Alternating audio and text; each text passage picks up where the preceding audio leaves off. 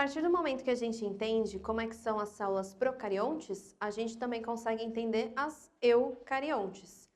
Lembra que cário é uma referência à carioteca. Só que agora, antes de cário, em vez de a palavra pro, né, procarionte, célula que não tem carioteca, a gente tem eucarionte. Eu significa verdadeiro. Ou seja, nesse tipo de célula, a carioteca, ela é verdadeira, a carioteca existe. Se carioteca é a membrana que envolve o núcleo e nessa célula tem carioteca, é porque tem o núcleo formado. Então, tem DNA nessa célula, claro, são várias moléculas, dessa vez lineares, como se fosse um colar aberto, não mais fechado, e não é uma molécula só, são várias moléculas. A quantidade dessas moléculas de DNA depende da espécie. Nos animais, dependendo da espécie, são moléculas diferentes, nas plantas a quantidade é diferente também. Nos seres vivos depende então da espécie quantas moléculas tem, mas todas são lineares, como se fosse só um fiozinho. Aqui dentro do núcleo, então, esse DNA fica armazenado, fica preso, protegido. Então, as reações químicas que estão acontecendo dentro da célula não estão tão próximas do DNA, o DNA tem menos chance de ser perdido, quebrado, danificado por algum processo químico dentro dessa célula. O DNA está super protegido aqui dentro. E a função do DNA nos eucariontes é a mesma nos procariontes, armazenar informações de como proteínas devem ser produzidas. Essas informações estão aqui nessas moléculas de DNA. O núcleo ele é formado então pela carioteca. A carioteca, ela na verdade são duas membranas bem próximas. A gente não fala cariotecas com S no final, a gente fala só carioteca, apesar de serem duas membranas. E tem uns furinhos, ó, a carioteca ela é toda furada, ela é toda porosa. Então, se substâncias vão entrar ou vão sair do núcleo, né, grandes moléculas, essas substâncias elas atravessam por esses furos, por estes poros. Então, quando a informação genética entra ou sai, né, o RNA entra ou sai do núcleo, os ribossomos, à medida que eles vão sendo produzidos também, eles vão passando por esses poros. Aqui dentro do núcleo a gente encontra uma ou várias esferas, o normal é ter uma só esfera. Essa esfera a gente chama de nucleolo. Nucleolo é onde os ribossomos, aquelas organelas que produzem proteínas, são construídos. Lembra que eu disse que ribossomos não tem uma membrana ao seu redor? Na verdade, ribossomos são associações entre o RNA, moléculas de RNA e algumas proteínas. Essas moléculas de RNA e proteínas, elas são organizadas e o ribossomo é montado aqui dentro dessa estrutura chamada nucleolo. Depois que o ribossomo está pronto, ele é jogado para fora do núcleo e fica aqui espalhado na célula. Então, os ribossomos são construídos dentro do núcleo, porém não permanecem dentro desse núcleo, ficam aqui no citoplasma da célula. O núcleo, então, protege o DNA. O DNA aqui dentro a gente costuma chamar de cromatina, porque, na verdade, as moléculas de DNA estão associadas com proteínas, e essa associação a gente costuma chamar de cromatina. Depois a gente fala melhor sobre as moléculas de DNA e as nomenclaturas que a gente tem a respeito delas.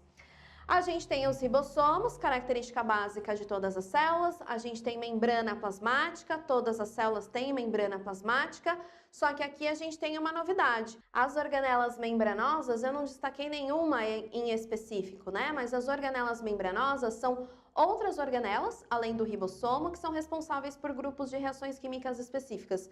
Então, em vez das reações acontecerem todas espalhadas dentro da célula, como é na célula procarionte, na eucarionte, cada grupinho de reações químicas fica ali dentro, organizado e ocorrendo dentro de determinadas organelas e só uma ou outra acontece do lado de fora. Então você tem uma organização melhor.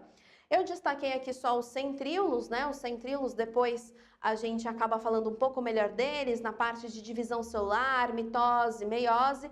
Centríolos não são organelas membranosas, são organelas feitas apenas de proteína, não tem uma membrana envolvendo essas organelas, então eu deixei eles separados para você não achar que é tudo a mesma coisa.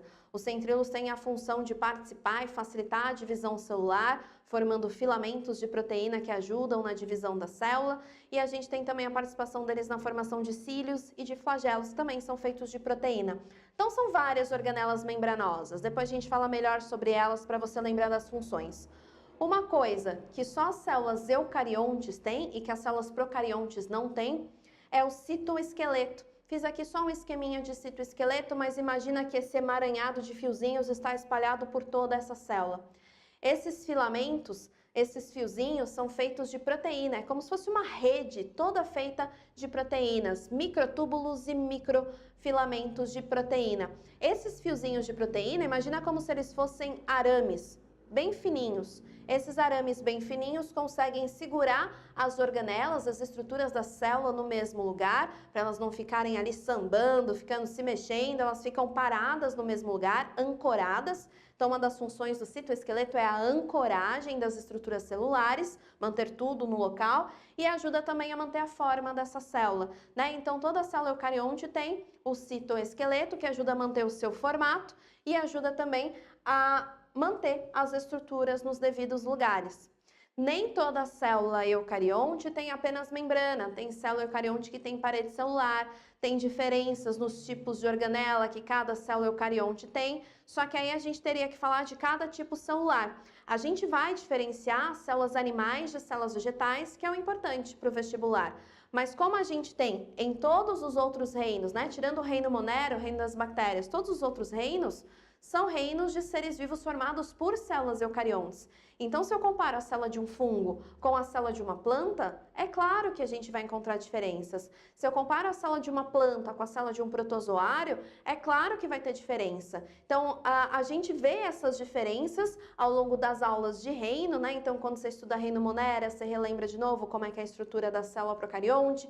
Quando você vê reino animal, você lembra das características de célula. Quando você vê reino das plantas, a mesma coisa, reino protista, reino fungi, você vê algumas características em particular. Para a biologia celular, para a citologia, o que é importante é conseguir diferenciar, só de bater o olho nos desenhos, o que é uma célula animal e o que é uma célula vegetal. Ambas são eucariontes, então eu tenho muita coisa em comum, mas eu tenho que saber o que diferencia as duas também.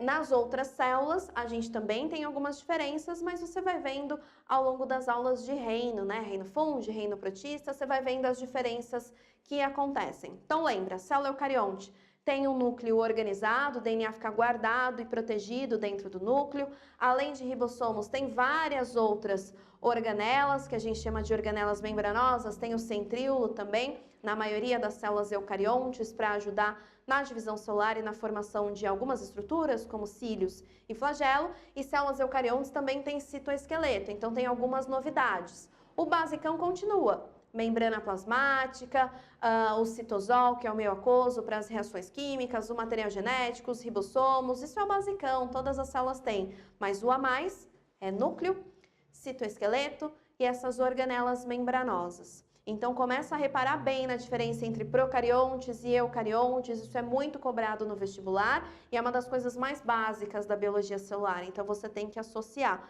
No mais, a gente começa então a diferenciar nas próximas aulas células animais de células vegetais. Aí você começa a ver melhor a característica de célula eucarionte, começa a observar melhor a diferença para células procariontes e já vê duas células eucariontes bem significativas, animais e vegetais.